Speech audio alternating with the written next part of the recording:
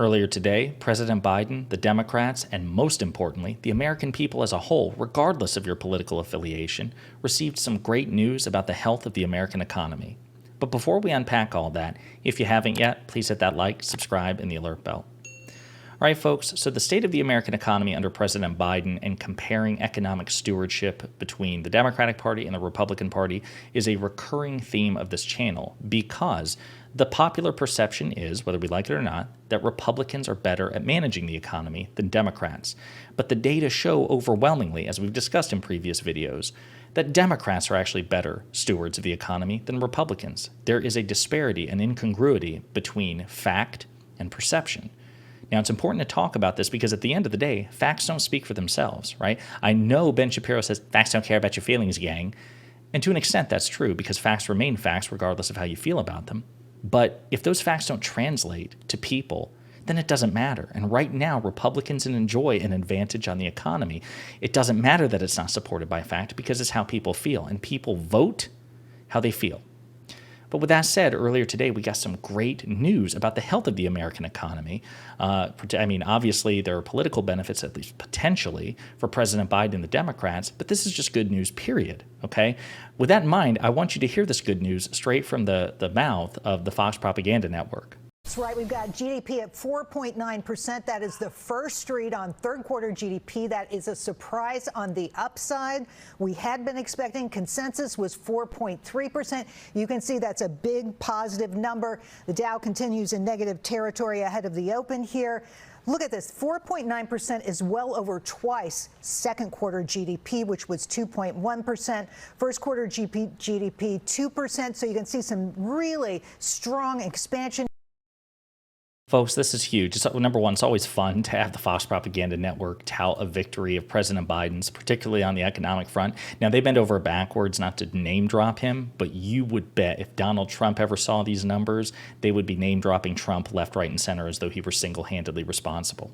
But yeah, that's the news. For third quarter, GDP in the United States was 4.9, nearly 5%. That is staggering, okay? And GDP, of course, is the value that's assigned to like the final distribution of goods and services in a given time frame, okay?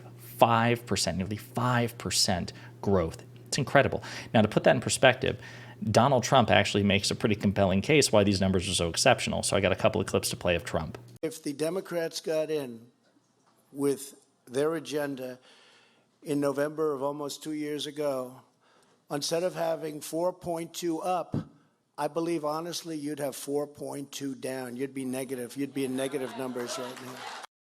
So that's a clip right about the time that Donald Trump was elected back in 2017, and he says it would be down. But again, we've got 4.9% in the positive. This is another clip from 2018. GDP were just released, and I am thrilled to announce that in the second quarter of this year, the United States economy grew at the amazing rate of 4.1%. And these are great numbers. That is a pretty good number. Of course, 4.9 is even better than that, Donald. But wait, there's more. Look at GDP at 3.2%, and I think they're going to go much higher. I mean, we're doing so well. But if I would have said 3.2%, to those people back there, nobody would have believed it. And we're doing 3.2%. 3.2% is not bad, but 4.9% is better still. So Donald Trump's making the case better than anybody that President Biden's numbers are actually quite remarkable. Now, the Council of Economic Advisors at the White House released a pretty good Twitter thread breaking it down. We're not going to read the whole thing, but I would definitely recommend that you check it out. Today's report, they say, the advanced estimate of third quarter GDP in 2023 finds that the U.S. economy grew by a strong 4.9% over July, August, and September, above expectations and primarily reflecting contributions from consumption, exports, and inventory investment.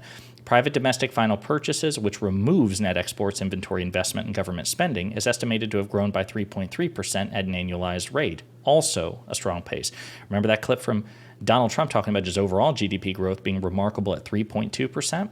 Well, even this, basically this controlled data point here, which removes net exports, inventory investment, and government spending, still nets us a 3.3 GDP grade. That's incredible.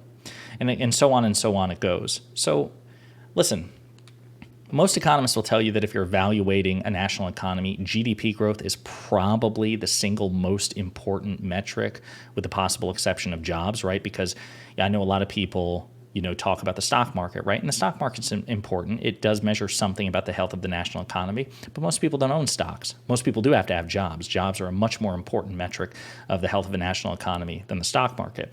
And GDP is arguably even more important still.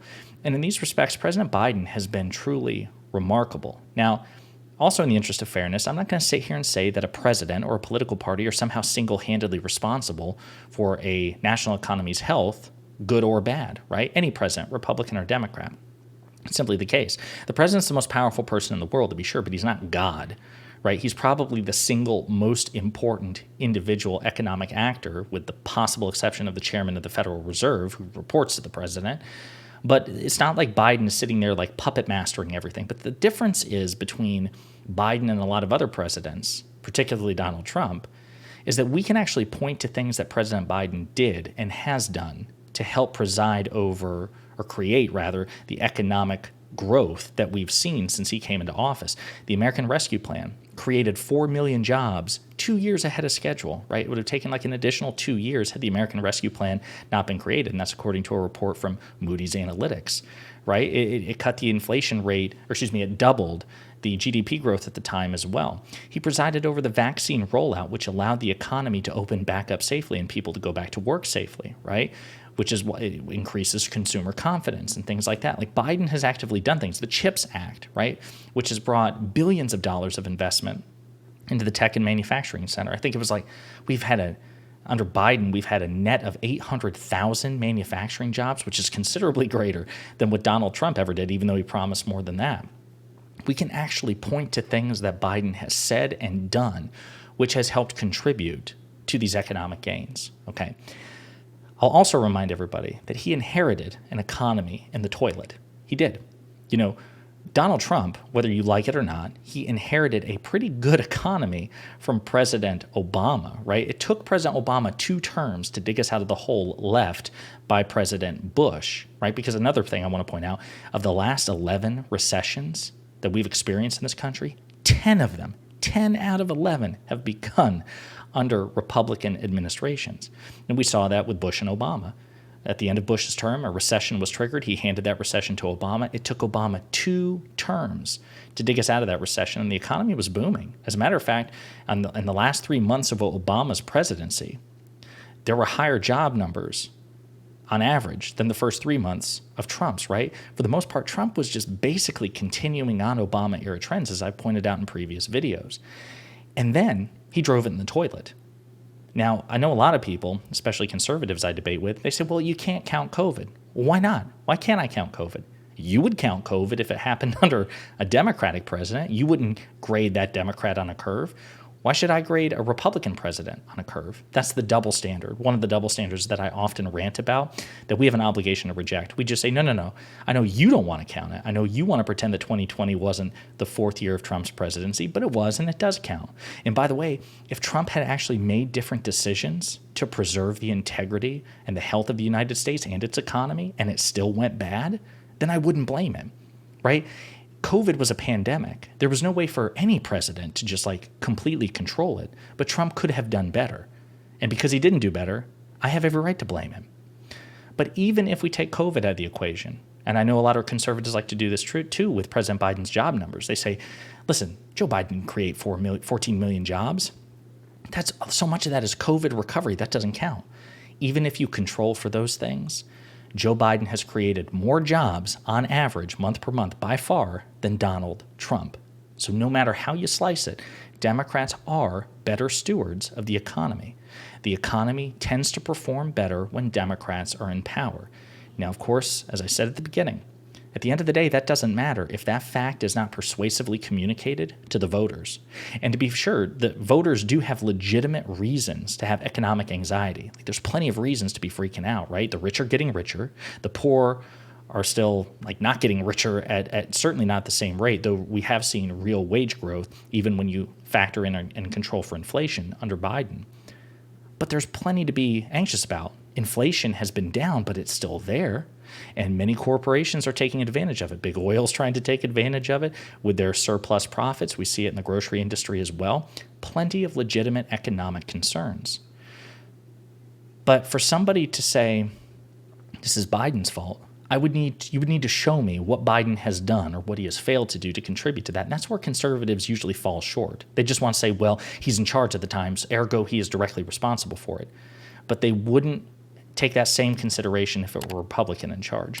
So the point is, we have to convey this persuasively to the American people without demeaning the fact that they are suffering legitimate economic anxieties. It's a tough needle to thread. I just think the Democrats could be doing much better at it. We have to reclaim the narrative because the data support us, and really Republicans have nothing on their side but very effective propaganda.